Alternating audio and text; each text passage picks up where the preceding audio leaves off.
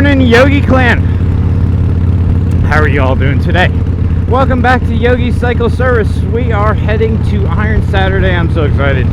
Hadn't been to Iron Saturday in 2 months. We've been doing the Zoom thing. Well, Iron Saturday is not officially reopened, but it is. So, if you are new here to Yogi Cycle Service, I am Yogi, and this is my channel. And we do everything here from motorcycle repair, service, product review, motovlogs, talking about motorcycle clubs, whatever. Anything motorcycle related and anything Yogi related. And I thank you for stopping by. And hey, if you're new, check out some of my other content. If you're a returning subscriber, I thank you for stopping by. But if you are new, go ahead and mash on that subscribe button. I would greatly appreciate that. Alright, so Iron Saturday. I'm starting it up again. Firing it back up. Due to all these I forgot my mask. Whoops, forgot my bandana. So Starbucks, from what I understand, their dining room is not open. The porch where we usually meet for Iron Saturday, not open. They don't have any tables or chairs out there. But the store itself is open to walk-in foot traffic. There is a very big Sears across the street from us. Or, not across the street. Across the parking lot. In the back side of the parking lot, there's a big Sears. There. And we're going to meet in the Sears parking lot. There's a retaining wall between the Starbucks and Sears. It is an open meeting. So yeah, I've never really talked about Iron Saturday. Why don't we use today to talk about Iron Saturday? So what's up with Iron Saturday? What, Yogi, I've heard you mention it, half a dozen times when you do your moto vlogs going to Iron Saturday. What the heck is Iron Saturday? Let's talk about it. Iron Saturday. So Iron Saturday started in about May. So it just, May 2014. So he's actually 6 years old now. Iron Saturday.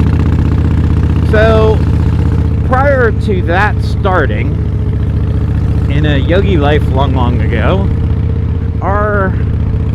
some of the men at church used to do a get together every Monday morning at 6 a.m. for a men's Bible study. A few of us, there were 2 or 3 of us that said, hey, let's start doing this. So we started doing a Monday morning Bible study. My son, Evan, who's 24, was probably about 12 at the time that this started. And he went with me every Monday morning, even before school, for like a couple years. And after a couple years, just interest started just dying. People didn't want to get up Monday morning at 5 o'clock and be this Bible study at 6, They weren't digging that. So after a couple of years, no more Bible study. So Bible study ended, right? I always really enjoyed that time at 6 a.m. getting together. Not necessarily 6 a.m., but I enjoyed the time getting together with other men, sitting down and talking about the Bible. So what we used to do is say, okay, hey, let's do a study on James. So we'll break out the book of James. I think, 5 chapters in the book of James. So you do 1 chapter a weekend for the next 5 weeks. You get something a little harder like Acts, and it's 28 chapters. It's going to take you 28 weeks. So you're going to be in Acts for a little while. But it was really cool. So that's kind of how we formatted Iron Saturday. It was 3 of us that started Iron Saturday. Myself, a full patch at the time, and like a fresh full, well, not fresh, but still a junior patch, put it that way. A fella named the North Tower, whose road name was the North Tower, and a fella whose road name was the South Tower, after the 2 trade towers, because they're both big fellas. And the 3 of us started Iron Saturday. So we used the first hour to really talk about, the motorcycling community. What events are going on? What are we going to go support? If there are visitors there, we may tone that down a little bit and not be so specific. But generally, it's the first hour is used for updates, information, run planning. It's the business side of it. But come on, Holly, we're a Christian MC. What business do we have that nobody really outside our club can kind of hear? Yeah, there are some things, but when you're talking about, hey, let's go support this poker run, or hey, let's go support that run. Oh, there was a turtle back there crossing this busy road. Go, little fella, go! I should turn around, but last time I tried that with the camera on, by the time I got back there, he was squishing on the floor, and it was not a pretty sight. So anyways, it is open to anybody who wants to come. Any motorcycle club members, non-motorcycle club members, guys sometimes bring their wives. I sometimes bring a kid with me. It doesn't really matter. I don't care. It's open. It's a Bible study with a planning meeting beforehand, just talking about updates of what's going on.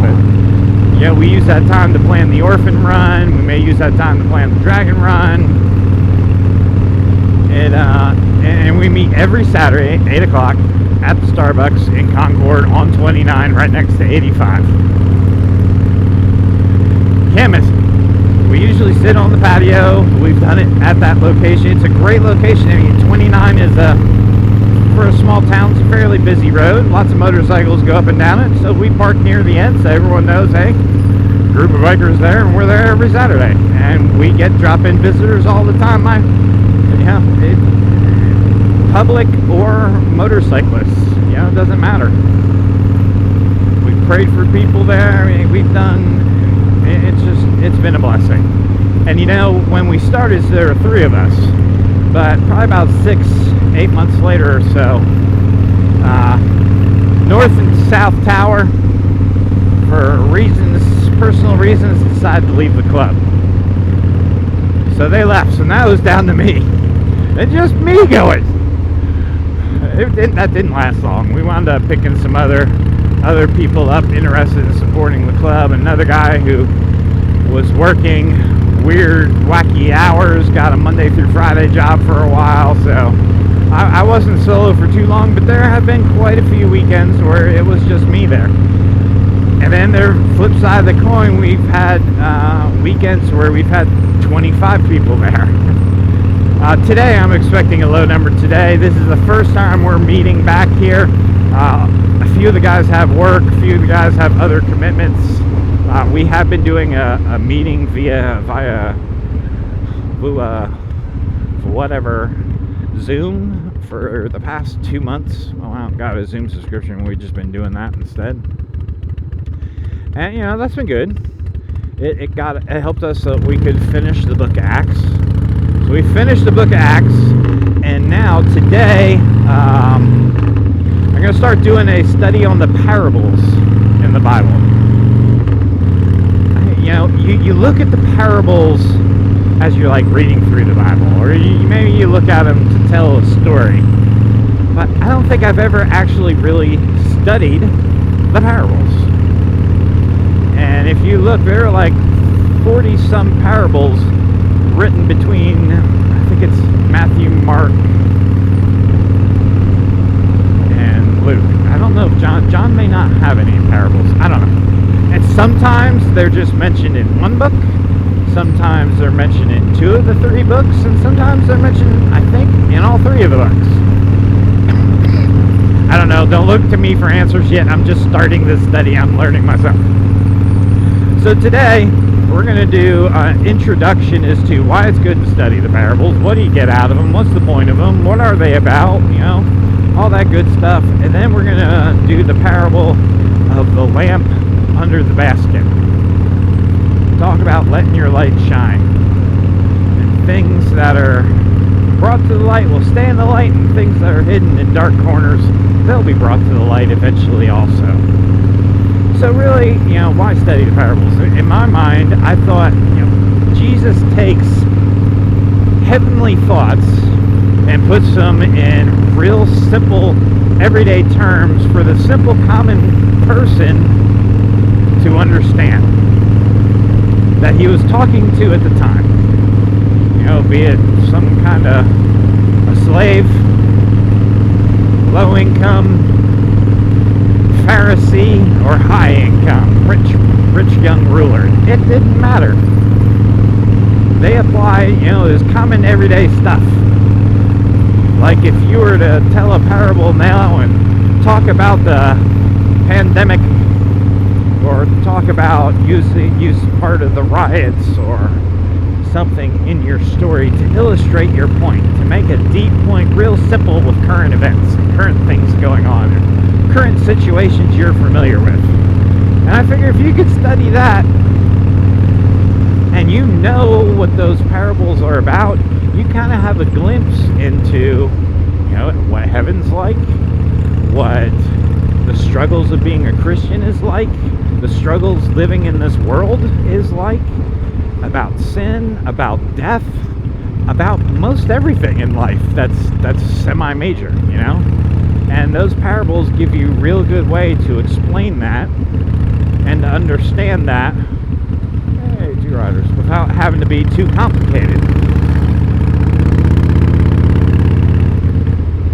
And I figure studying those, not only will that help me, but hopefully help the guys around me, you know, to being more effective at doing what we're supposed to be doing. Matthew 28, go therefore, make disciples of all the earth, spreading. Oh my word, no. That's not how that verse ends, but you get my point. Alright, y'all, I'm there. I talked your ear off enough. I hope you had an awesome weekend, and I'm really excited to be heading back to our Saturday. Alright, y'all. Love you guys. Y'all be safe. God bless. Peace.